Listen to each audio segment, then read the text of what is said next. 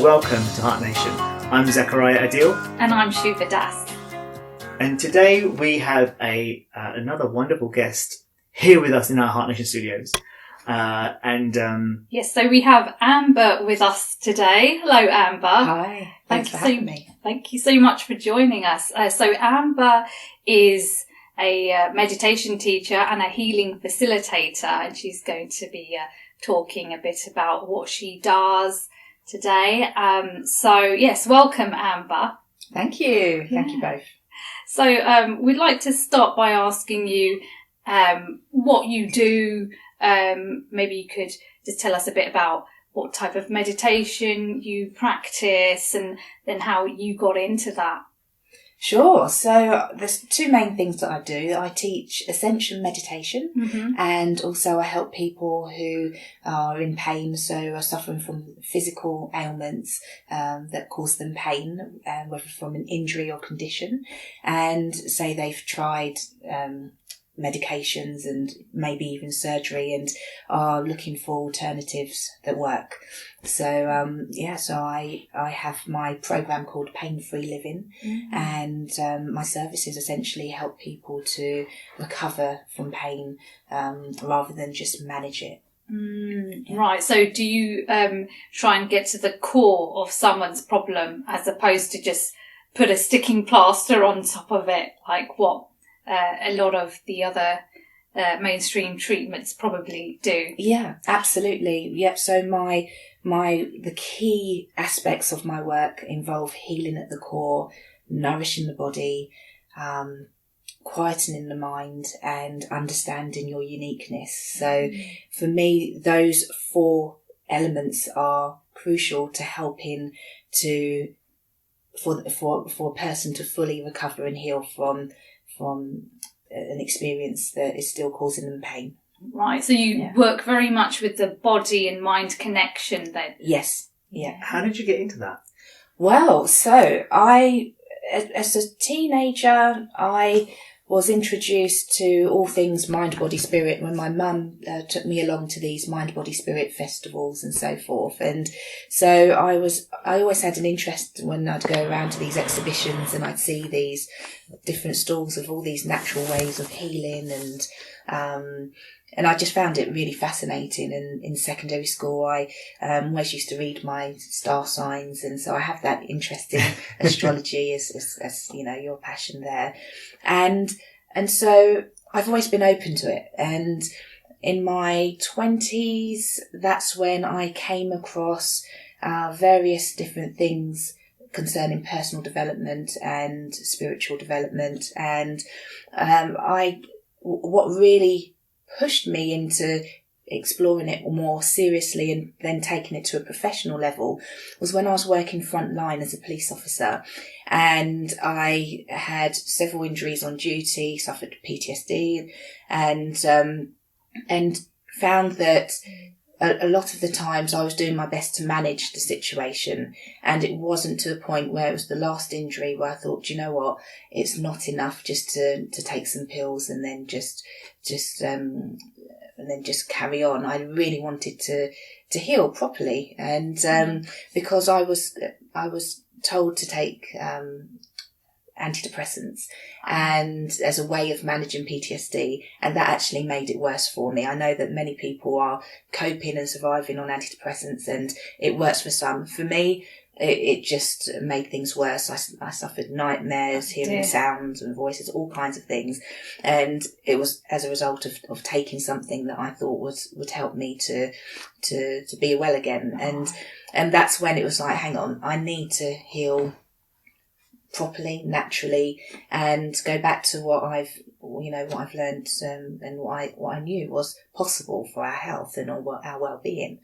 So, and that's when I started trying all different kinds of things, from breath work to I received some Reiki treatments. I tried yoga, all different kinds of complementary therapies and so forth.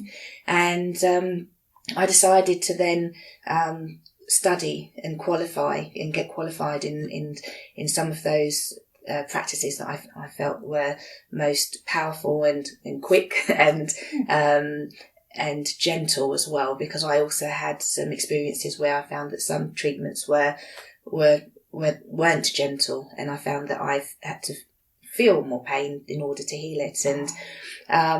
And so I, to this day, I still incorporate everything that helped me to heal. It's a part of my life as a way of taking care of my health. So Qigong, I do Qigong exercises. When it comes to nourishing my body, looking after my body through, nutritious foods.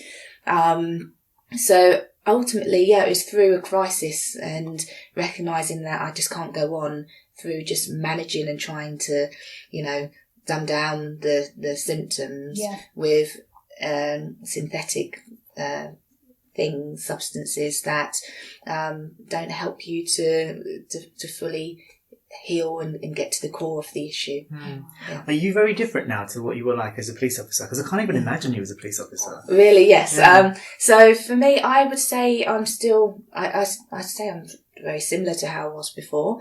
I needed to be a lot more assertive on the front line, and but yes, I think I'm the same. I mean, astrologically, the dog signs, Chinese year of the dog, if you were to ask me which one goes into the law, the police, that sort of stuff, it is the dog sign. It's the sign of the guardian, isn't it? Mm-hmm. The dog is the guardian. Yeah, very protective. Yeah, I've always been. It's also the diva. Let's not forget, it's also the diva. Really? It is. Okay. I mean, they're not all divas, but the Chers of the world, the Madonnas, the Mariahs, they're all dog sign. Oh, right. Oh, I'm a Mariah Carey fan. I love Mariah Carey. Yeah. She's a real empath, actually. She's not, they make her out to be a real diva, but she's actually quite an empath. Mm-hmm. But we'll leave Mariah out of this one for today. Actually, no, but the thing is, she's probably quite relevant to this conversation because she is a real empath. Yeah. I read her autobiography, at Christmas time. Right. It came out September last year. Yeah. And, I wasn't surprised because I've been a long time fan of hers. And so I realized in 97, she's come from a family with there's narcissistic dynamics at play, because otherwise she can't write those beautiful songs that she writes if she hadn't come from a family like that. Yeah. But if she hadn't come from a family like that, she wouldn't be the artist she is. Mm-hmm. But anyway. Yeah. Absolutely. It all plays a part in us becoming who we are. Well, exactly. I was going to relate that to you, and you couldn't be the healer that you are now if it wasn't for your experience. So coming back to your experience in the police, what was the last straw that made you think, you know what, I need to get out of here? Yeah, for me, it was when I went to occupational health, and the nurse said to me when I was in a very vulnerable and fragile state, that to ultimately take to continue with these antidepressants and to have 6 counselling sessions to decide whether or not I feel I can continue as a police officer. And for me, I thought that's not what I'd come to occupational health for. It was for help with recovering from PTSD, not for sessions to discuss whether or not I feel I can continue as a police officer. Really, isn't it? Absolutely, that wasn't the purpose of me going there. It was to help me to recover and so forth. And so that recognising that I'd put in years, I joined the police service in 2002, initially as a civilian, as a communications officer, dispatching the calls over the police radio, answering the 999 calls, and then becoming a police constable and working, very hard, and just being really dedicated and, just wanting to make a difference, and finding that when it got to a point when I needed some help, now it was, that it wasn't there. It was you just recognising that if I don't really make a stand for myself, then I was out, basically. And it just didn't seem right, didn't feel right, and I really didn't like that I was alone in a room with someone who was influencing me in a way when I was in the most fragile, and saying things to me that that I just think it just activated something within me that I just thought, I can see that this isn't how I wanted things to play out. I wanted help to recover. And so that's when I realised actually I need to really take things into my own hands, get the support. And so I did that. And I was in a situation one time where I was getting therapy from somebody who encouraged me to stay in a toxic relationship. Mm-hmm. This was a counsellor. Yeah. And they unwittingly prolonged a difficult situation for me by encouraging me to stay in a relationship that was really toxic. Mm. And now I look back and I'm like, my gut was screaming, get the hell out. Mm. But because I had these sessions with this guy, I stayed much longer than I should have done. Right. And I let his, professional, opinion have more weight than my gut that was screaming at me saying, get out. And that was like a wasted 7 months. When I look back and I think, well, that was I wish I just relied on my own intuition at that time. Yes, because you recognised that you were giving away your power in some ways to this person. Well, I went to see this person because I thought they were going to help me with my relationship situation. Yeah. But they made it, I'm sure it wasn't their intention. Yeah. But they did make it worse. When I look back, it was so the opposite of helpful. Yeah. That's something that I think people need to look out for. Mm-hmm. I mean, obviously, it's not a conscious thing. Well, you would hope it's not a conscious thing that the counsellor's doing. Mm. But if you feel like the counsellor is making you feel worse, and it's a difference between sometimes you've got to go feel worse to come through the chaos. There is that as well. Mm-hmm. But if this just is prolonging chaos and creating more chaos, if you really feel that, then question whether the counselling or therapy that you're getting is good for you. Yeah, absolutely. And that's why for me, when I thought, okay, well, this is what I've been offered, I'll accept it. So I went through with the counselling sessions, but in addition to that, I also, checked in and got some support from the Fed rep, so Federation Union rep for the police, to make sure what support am I actually allowed and entitled to, mm-hmm. and discovering that there is a police rehabilitation centre that I've been paying into since day one, and that I could have gone to there for 2 weeks to heal and recover in a lovely wellness centre there, which I did then go and do. What was that like? Oh, it was amazing. Made some friends there that I'm still in touch with to this day. Wow. So it's a place called Goring. It's in Goring, and it's for all constabularies across the UK. Mm.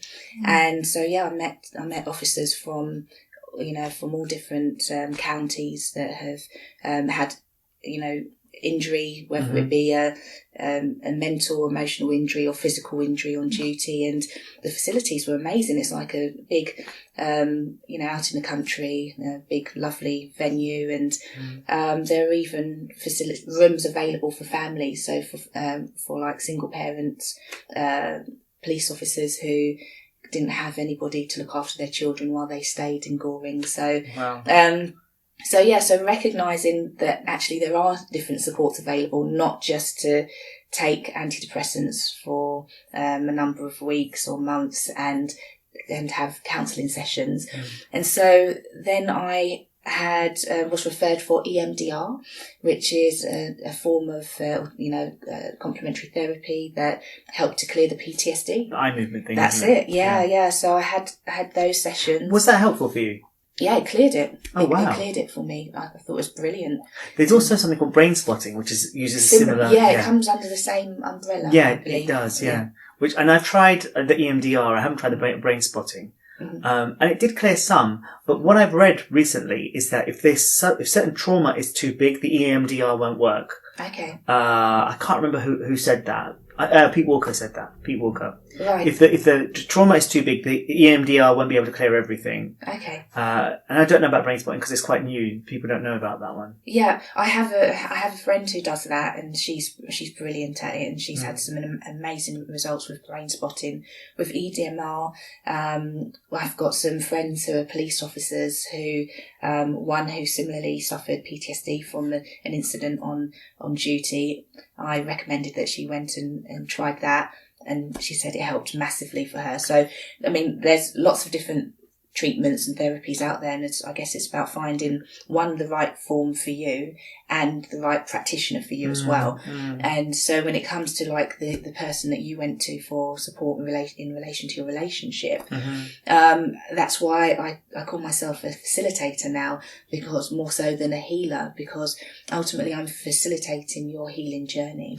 And I don't want to take away the power, and I don't want to create dependence on me. I want to facilitate your journey and empower you to restore your health and well-being and feel fab again, you know. So, you know, when you were going through that stuff with the police, yeah.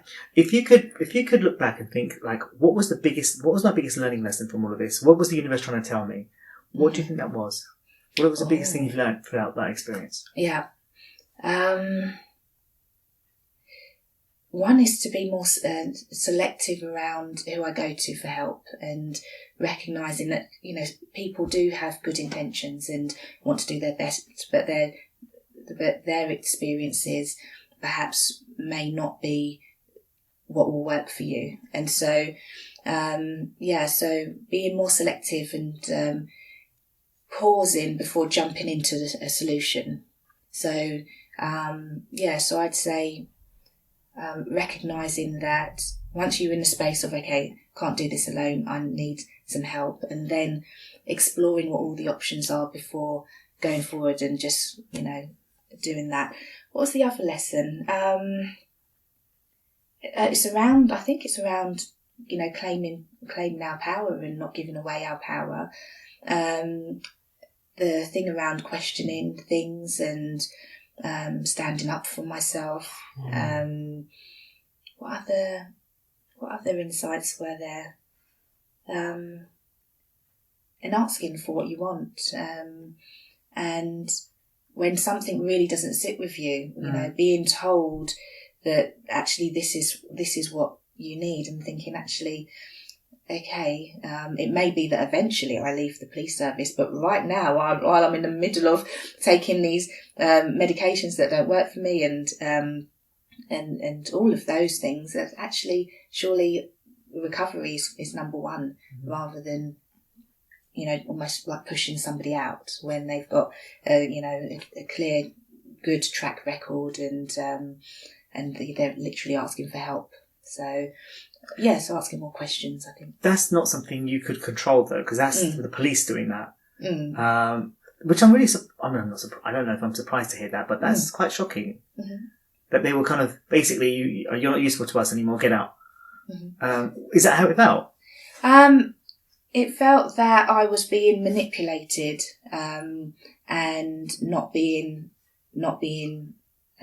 taken as good care of as I knew that I could be, because I had been to occupational health before when I was referred for a harness, and I had been suffering back pain, and I was sent to a different occupational health nurse. So it can depend on who you get allocated to and so forth. So there have been some, you know, amazing staff, and some really, really, really great ones, and also some with different agendas and so forth. So don't get me wrong, I'm sure there's many police officers who have had really good experiences with the occupational health team, and I'm aware of some that have been treated really unfairly and badly. Well, actually, that's a really good answer, because it's never just about the organisation as a whole. It's about the individuals that are leading at any given moment, I guess. For example, whoever was sort of talking to you at that time, they thought they were working on behalf of the organisation. So I suppose they were, but that was that person's individual personality that was leading the way that whole interaction went. Yeah.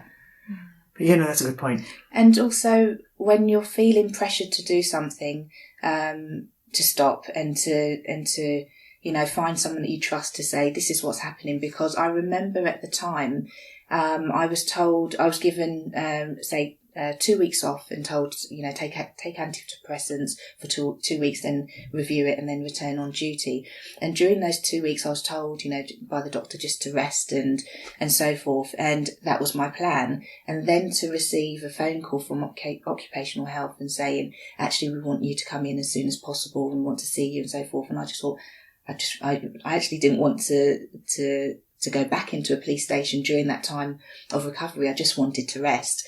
And so recognising that I already felt vulnerable as it was, and I was still experiencing the symptoms from taking the antidepressants, and recognising that I felt pressured to go into something, it could only spell trouble if you're in the space of, it doesn't feel right that I'm being pressured to go in for an appointment when actually I just want to rest today. And so recognise if you're being pressured and something actually doesn't feel right as well. So now that you're on this healing and healing facilitator thing journey that you're doing, and the meditation stuff that you do you feel like you found your purpose almost? Yeah, I mean, I've always felt that my purpose is to help and be of service, and now I'm doing that in a structure that serves me more. So I do believe that I was, making a difference and helping some very vulnerable people when I was working frontline, and now I'm serving in a way that is more fulfilling to my uniqueness and that honours that more. And without the barrier of a uniform, So, absolutely. I feel that I'm more in alignment with what I'm here to do. And as you said that, I'm just thinking maybe everything is always our purpose. Yeah. Maybe everything we go through is always our purpose. Yeah, because even when we're in those jobs that maybe don't fit us as well as some others, but in those jobs that we do, we may meet people, or like you said, in your case, you helped some really vulnerable people. Or you may have even been of service to some colleagues there. Yeah. You may have met some people, made some connections. And that's what life is about, making those connections, isn't it? And there's always a purpose for those. Yeah. So you don't know sometimes you made a contribution, you don't even realise it. Yeah. Yeah, that's true, actually. Yeah. The last couple of years in the police service, I became a wellbeing ambassador. So I helped colleagues who wanted to speak to someone in confidence, who were going through situations, whether professionally or personally, and helping them to know, right, these are your options, blah, blah, blah. And they were from across the Met, so not just from the borough that I worked. And you felt like that was like part of your purpose. It really was like gave you a sense of this is a really prominent thing for me to do. It's the right thing for me to be doing at this moment in time. Yes, yeah. So at the time, when I decided to start studying complementary therapies, that was in end of 2010, 2011. And so from 2011 onwards, studying complementary therapies until I left the police service in 2017. So naturally, because I knew, mainly police officers, a lot of my case studies, the majority of them were police officers. So, and then as an opportunity came up, for a new project for wellbeing ambassadors, I put my name forward for that. And, it was just a great way to help people who were in that space that I was once in, really vulnerable, going through a difficult time and didn't know what really all my options were. And so, it was a really great way to help my colleagues. And the department that I worked in the last 3 years of my career was investigating rape and serious sexual offences, and so helping people who were very vulnerable. This is for police officers. No, the department when I was working frontline. Sorry, right. So no, I was. Had an additional role as a wellbeing ambassador. Sorry, yeah. But my main work was investigating serious sexual offences, literally from report to court. Of course, it was a silly thing to say. No, it's okay. No, I wasn't clear. So, do you feel do you feel like that was a nice stepping stone from being a police officer to becoming a healing facilitator full time? That period where you were a well-being ambassador. So do you think that was a nice stepping stone from one? It seems like a bridge, a perfect bridge for you somehow. Yeah. I guess it was actually. Yeah, I hadn't given it much thought at the time. It just seemed like a natural thing to do, and that I was well fitted for it. And when did you start when did that bridge begin? Oh, it would have been the last 2-3 years. I'd say the last 2 years of my police career. So that was 2016, 2017? Yes. Yeah, okay. Yeah, so still working in that department, investigating serious sexual offences. And so while you were there at the police, were you still doing the meditation and doing all your practice for yourself? Right, yes. So over the years, I tried all kinds of different meditations and so forth, from angel meditations to mindfulness to transcendental meditation. And it got to a point where I just stopped doing any meditation.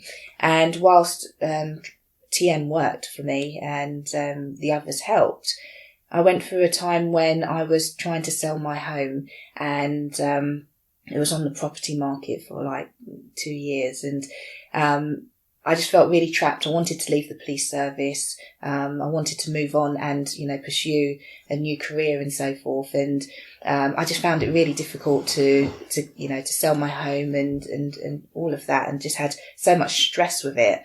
And that's when a friend recommended Ascension Meditation. And that was in January 2017. And that was powerful. It was so powerful that it just shifted so much within me. And it helped to clear a lot of stress. It helped me to experience more stillness. It helped me to go back to expanding my intuition and heightening my intuition and my natural intuitive abilities. And ultimately, it just accelerated the growth of consciousness and the expansion of consciousness. And I found that very quickly my life started to look differently. I was more present, more alert, just a lot more still. And when I did notice that I had thoughts or something coming up, it was like I could see what limiting beliefs that I easily identified with. And so, so I learned Ascension Meditation in January 2017. Within 3 weeks of learning, I handed over the keys to my property, and it'd been on the market for over 2 years. Wow. And I believe that I cleared myself energetically, or, I became unstuck, and something shifted with meditating every day using the Ascension techniques. And so I just kept doing it. And then, within 6 months, I just had the clarity that it was time to leave the police service. Had no plan, no clear direction of what I wanted to do. I knew that I wanted to do some kind of, healing and, working in that field. But I didn't have a clear plan or anything like that at all, just the qualifications. But it was just before your Chinese Year of the Dog as well. Oh, right. Because your 2017 was Rooster Year. So Right. The year after that is Year of the Dog. So that's the year where the big changes happen for you energetically. Yeah. So that is interesting. Yeah. How it tends to work is the cycle of 12 years is in your own year and your opposite year. So for you, Dragon years will also be prominent years of change as well. So 2012 would have been a prominent year of change. So when these happen, there's big changes happen. House changes, job changes, relationships start, relationships end. Or big prominent things happen in those times. So for you, it would have been the year after you left the police where the big changes sort of gelled. Yeah. I became an Ascension meditation teacher in 2018. Wow. And and to this day still teach Ascension meditation. I'm teaching this weekend. Taught a small group. We had just a small exercise that we did at my home last week. I love it. I absolutely love it. Will you do a meditation with us here? Yeah, absolutely. Yeah. Okay. That would be great. Yeah, cool. Yeah, I could do with some energy clearance. I could do some things I need to clear. I think we could all do with my it. house was on the market for a while, and it took me ages to sell. But now that so I'm a sheep sign, so my opposite year is the year of the ox, which we're in now. So it was on the market for ages, and it finally sold when we hit the ox year, which astrologically that was the year it was meant to happen. And I was trying to sort of, for a variety of reasons, I had it on the market prior to that, but. As is the universe, works the way it works. Sometimes, all in divine timing, as they say. Yeah. So did you feel like you were experiencing more synchronicities after doing this Ascension meditation? Yeah, definitely that, and more clarity. It's like I didn't know the longer term things that were going to happen, but I knew what I had to do next. So I don't know if that's... But the moon card and the tarots, the moon card, the next step is illuminated, the next step is illuminated. Yeah. And you have to take the next step in faith that you'll get to the end of the journey. Yeah. But mostly everything's shrouded in darkness. And you know there's going to be obstacles in the way. Mm-hmm. But, no, that's incredible. And you've mentioned that your intuitive abilities also were heightened. So can you tell us a bit about that as well? Yeah, so people saying things and telling me things, and I thought that I already knew that. And I thought, oh, but you told me that before.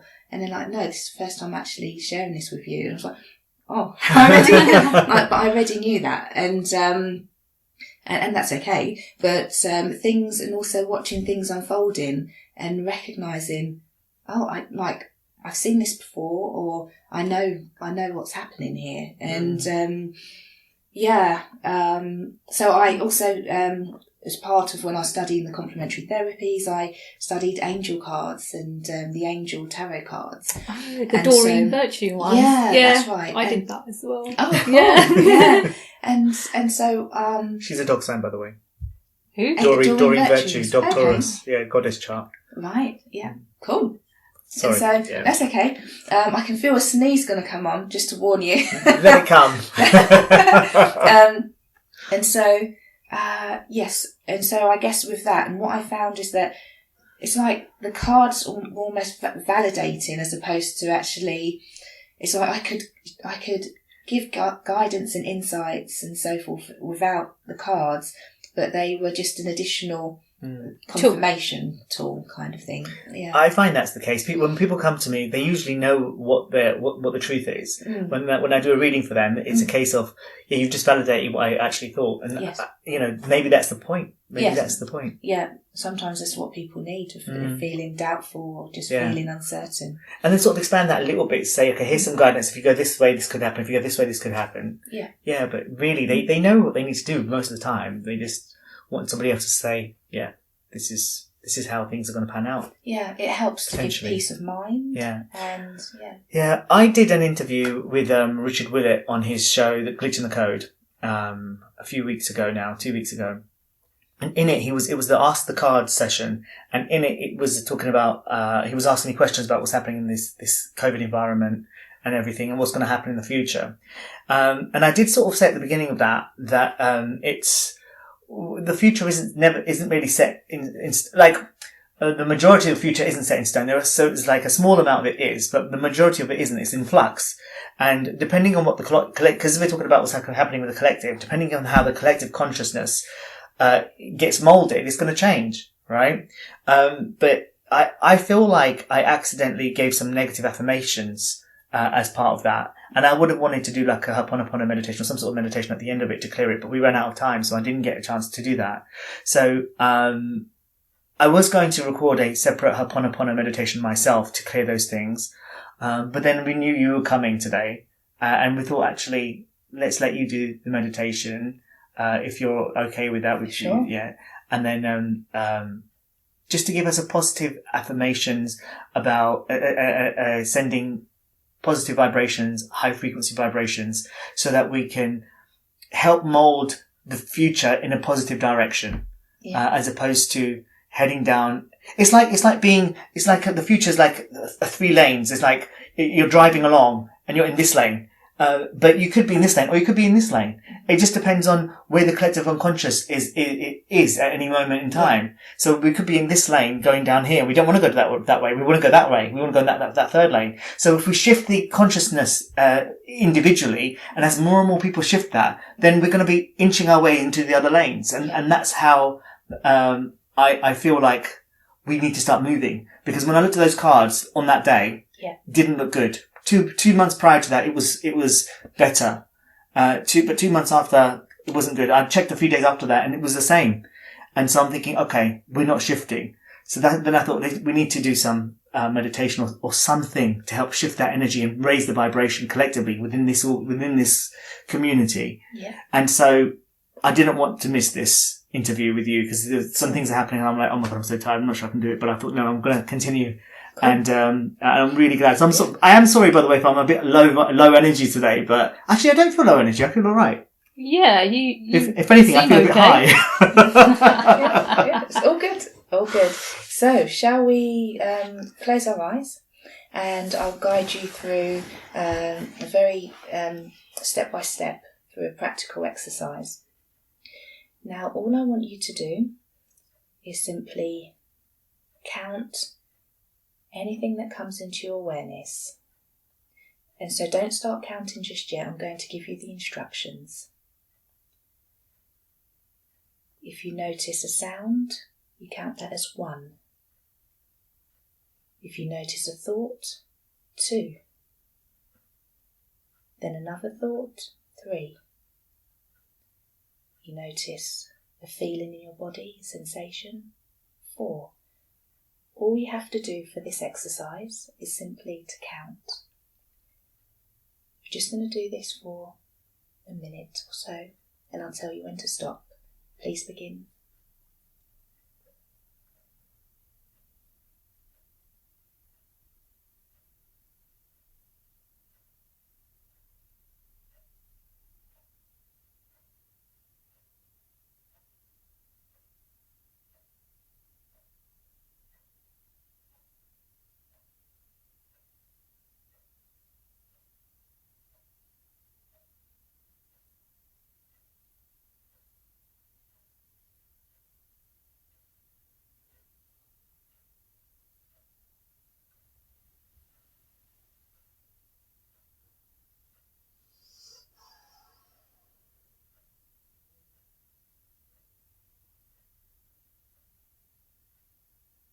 And slowly open your eyes.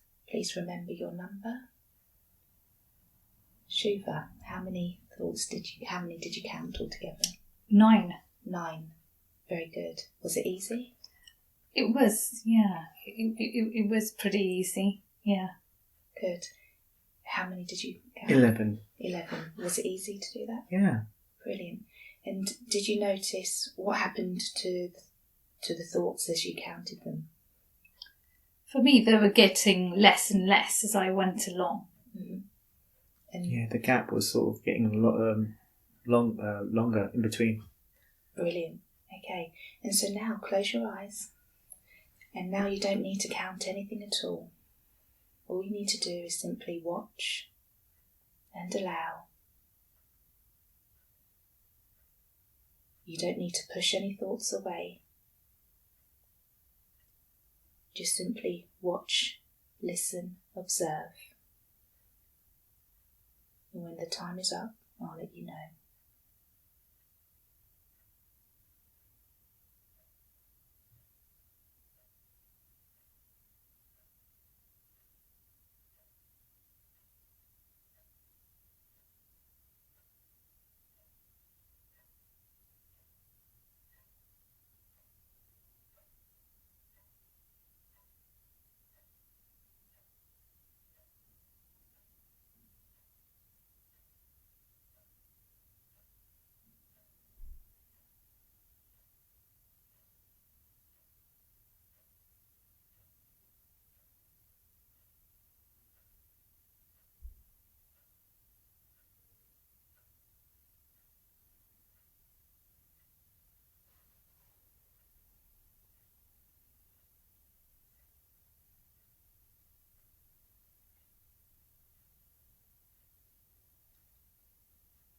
And slowly open your eyes.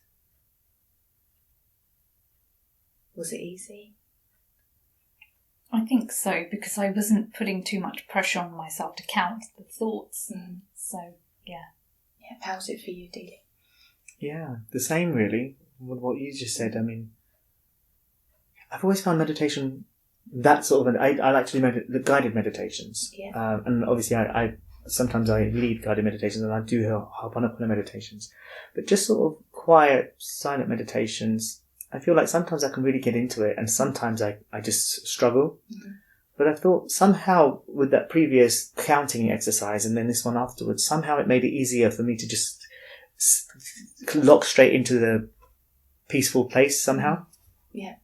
And did you notice that, as you're saying about the space, there's a space between the thoughts and the space of nothingness. Mm. And the more that you can rest in that space of nothingness, the stillness, the silence, the more that you're experiencing an expansion of that. And as something comes into your awareness and just allowing it to be there, what happens is sometimes when you put your attention on it, it then moves on. As you were counting the thoughts, it moved on to something else. Your awareness moved. Your attention moves. And that state of pure awareness, that stillness, that silence, that begins to immerse even more when we just simply just rest and we just allow. And so from that space where of that stillness and silence, when you bring in some ascension techniques, that's what I teach, in that space, it helps to release stress from the nervous system. It helps with the expansion of consciousness. It helps with experiencing higher states of consciousness. And ultimately, it helps the mind and the body to heal. And so there's another part of this where we can bring in a very practical technique that I was taught by a colleague, Nikki Gorod, also known as Sarasvati. That's her Mishaya name. And so if you just close your eyes, so what you're going to do is, it has two parts. So in fact, I'll talk you through it first. So you can have your eyes open actually for this part. So the first part is the Sanskrit word Om. So that's the first letter of the alphabet. And Sanskrit is a vibrational language.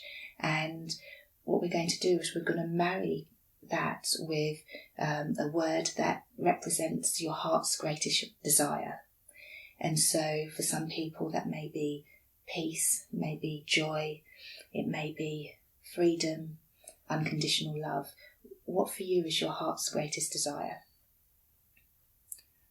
So something I don't have, or something I have, or it could be anything? You can experience it sometimes in your life, but ultimately, what do you feel if you could just have one thing? If you could have a wish that's granted to you, that one thing, what is it that you'd really love for yourself in your life? So we say Om and then we say that afterwards. If you tell me what the word is, just love. Love. So for you, you'd say Om, love. Okay?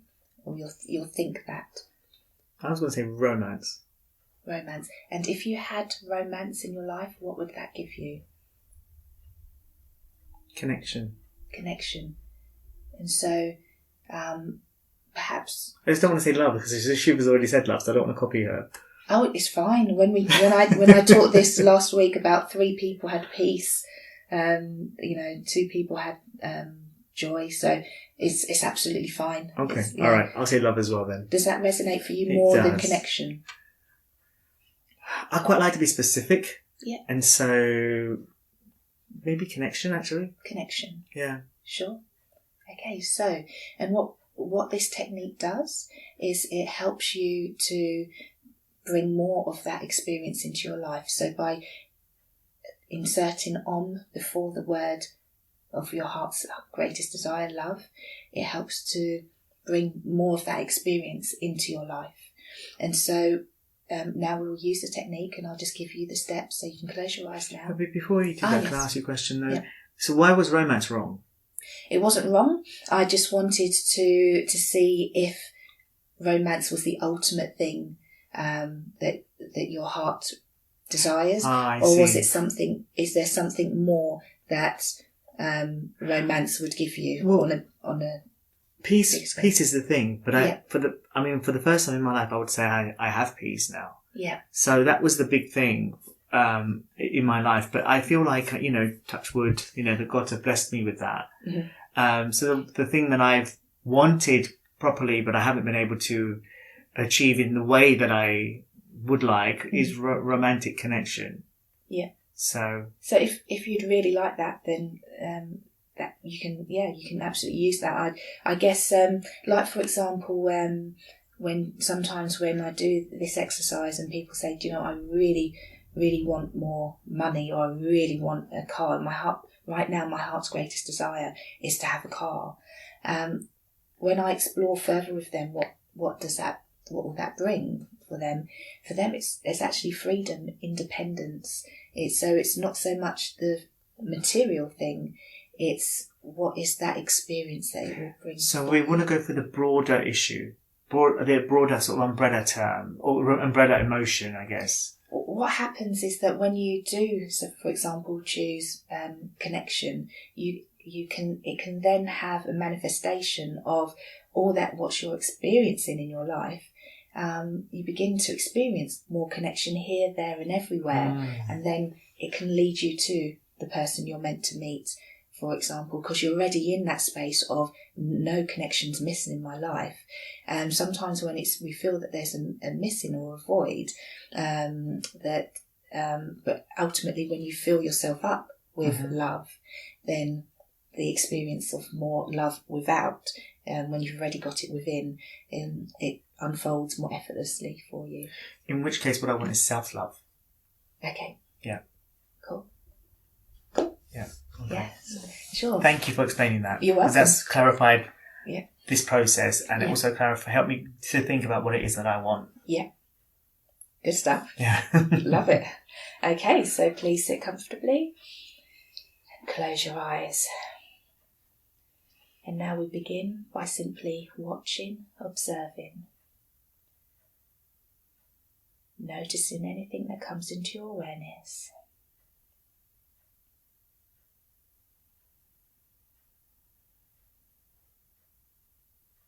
And then very gently, very effortlessly introduce your technique, Om Self-Love or Om Love. You just think it and then you drop it. You don't try to hold it in the mind.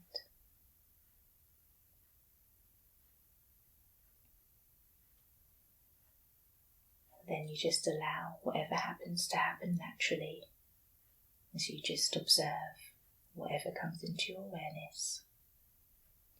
And as if you notice yourself drift off on any thoughts, just gently come back and introduce the technique again, Om Love.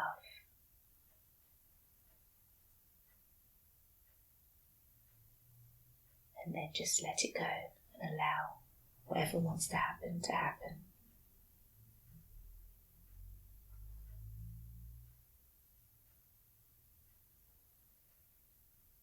You're going to continue to do this for a few minutes until I tell you to stop. You simply observe, listen, allow. And as you notice yourself drift off on thought, gently think your technique, Om Love.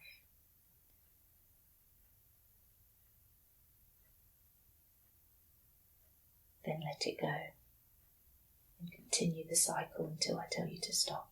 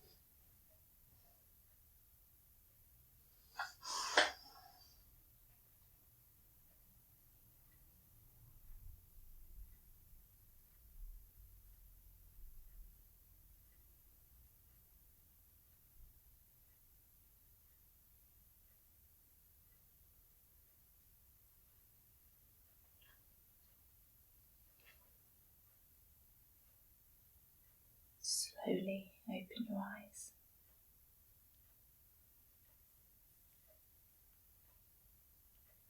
How was that? Could you have stayed there longer doing that? Mm-hmm. Very good. I forgot to say that for people listening at home, or wherever they are listening in, that they too to follow what I was directing you both to do. That hopefully they took the initiative and can rewind and go through that as well. Yeah, I'm definitely more at peace right now. Yeah, that was nice. Lovely. Yeah, it made me more aware of this anxious feeling that I've got around here. Yeah. So it made me really pay attention to that.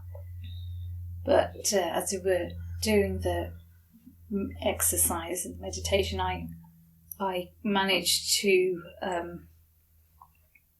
reduce that sensation a little bit, which is nice. Yeah. Brilliant. That's great. Mm-hmm. And so the Ascension meditation I teach is taught over a weekend initially, followed by 6 weeks of ongoing support. And so the Ascension, what we call Ascension attitudes, they're 4 techniques based on praise, gratitude, love and compassion. And they help to heal root stresses, different root stresses that we all have. And so if listeners, watchers go to thebrightpath.com, they can see more information about Ascension meditation if they would like to learn the main techniques that I teach. And there's courses all over the UK and around the world. And I'll be teaching my next Ascension meditation course this Friday in Hackney in central London. So yes, if anyone wants to come along. Do you have a website yourself? Yes, my website is my name, amberthorne.com. And specifically for Ascension meditation, that's thebrightpath.com. Okay, that's great. Okay. Cool. Oh. Wow, that was... my state has shifted. Yeah. Honestly, I feel like I'm much slower right now. Yes. That's it's such a noted difference, and in such a short space of time as well. Yeah, absolutely.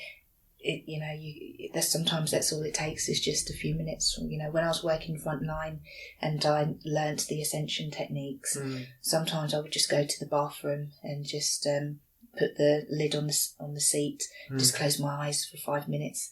And that I have found was really helpful to reset. Or if I'd be in the car, I just, before I had to get out of the car, close my eyes and be in the car park just for a few minutes and then go through. What about when you have like a bazillion things running through your head? Mm-hmm. How is it? Do you have any technique to help you slow yourself down quickly? Like let's say before an audition or something like that, somebody's got an audition coming up and they've got to really calm down before they go and give their audition in front of the most important people in the Hollywood or whatever. Yeah. How is there a technique that can help you slow you down and get you into a place of more stillness quickly? It's a good question. So ultimately, it's not the thoughts that needs to change. It's our relationship with those thoughts. And so with Ascension meditation, what I do is help you to ultimately change the relationship with your thoughts and recognizing that thoughts are okay, and that as you saw with the counting the thoughts exercise, once you put your attention on the thoughts, once you counted them, they moved on. It moved on to a different thought. Your attention moved, your awareness moved, I don't know if another way to put it is that yes, so there are ways that you can experience less thoughts by all means, and you just did that as we started with the counting the thoughts and then watching the mind, and then we introduced that technique. So with Ascension it will help, but ultimately what you learn is that it's not the thoughts that are causing your suffering, it's the relationships that you have with your thoughts. It's identifying with some of those limiting thoughts that we believe is true So it's the meaning we attribute to them. Absolutely, yeah. And so as far as helping when there's racing thoughts, I have found that for those participants who may be in a particularly stressed state, sometimes rather than just closing their eyes and ascending, it does help to do the exercise first with the counting the thoughts just for a few minutes, and then as you saw, it just began to just slow you down and help you to recognise. It's almost like an alertness exercise. It's an exercise to see where you're putting your attention. Are you putting your attention in the sensation in your knee?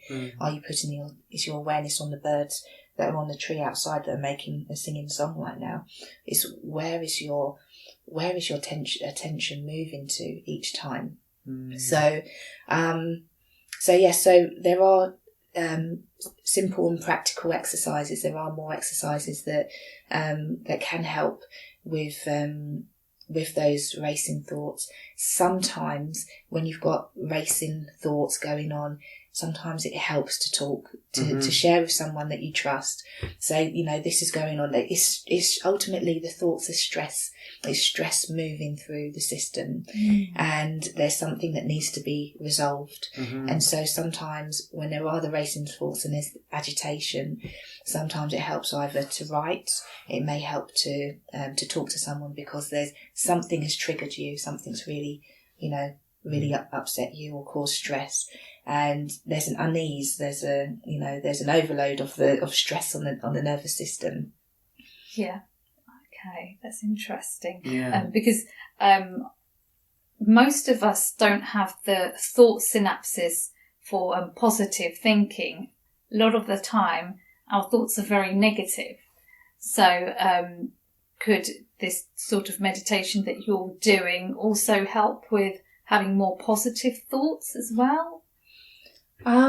So what I found is that it ultimately helps you to become more alert, more still, and less identified with any thoughts. Wow, that's really good. Whether it's positive thoughts or negative thoughts are stress moving through the nervous system. And so ultimately, when you're focusing on positive thoughts, you're not in the here and now. Thoughts are either in the past or in you're either thinking of the past or going forward in the future. You're not here, present, alert, and in the here and now. And so what Ascension is concerned with is helping you to change the relationships with your thoughts, but to experience more living from that space of innocence and curiosity, from that space of pure awareness, where you're not interested if you just had a thought, actually I feel quite good about myself today. So what? That's just a thought. It doesn't, ultimately it's not, does that matter? Does it matter that you've had a positive thought? What matters is that we're here to live and not to be in our heads, but to be fully present to here and now, and live from that space of that child, the baby that's in that space of no judgment, no thought, but stillness, alertness. So I encourage people to become less interested with the content of their thoughts and more interested with just being fully alert, fully here, fully present. And that's where the intuition comes through at speed, the insights, the clarity, not from the thinking process, which we use as part of our work, perhaps, as part of the work as right. I need to send this email, and you need to construct and blah blah blah and all of that. And so thinking has its place and it serves in some elements, but ultimately, what I would love for all of us to experience more of is that alertness, that stillness, that living from that state of pure awareness. Wow. Okay. Yeah. Great. Thank you so much. That was amazing, and thank you for showing us how to actually do that meditation as well. That was, for me, it was really powerful. You're welcome. Yeah. And come along on the weekend if you're free. Yeah. Well, if you give me the details, I'll put that up. Thank you. As well. Cheers. Yeah. Cool. And one more time, where can people find you? Are you on social media as well? Yes. Yep. So on Facebook, I'm Amber Peace and Health, and on Instagram as well. I'm on LinkedIn, Amber Thorne, and my website is www.amberthorne.com, and the Ascension Meditation is thebrightpath.com. Okay. Yeah, Excellent. cool. Thank you. You're Thank welcome. you Thank you very much. Bye. And we will see you again next time on Heart Nation. Take care. Bye-bye. Lots of love to you all. Bye. Bye. Yay, that's a wrap. It's a wrap. Well done. You know what I observed was that clock going click, click. So did click. I. It's so loud. It was so loud. Oh my god. Did you notice that? Yeah, I was listening to the clock when I was doing the meditations. Yeah, man. It was to me. It was so present. What else I observed is I didn't put any hairwax in my hair. You're funny. Nothing. But you still look lovely. You both do. Thank But you. ultimately.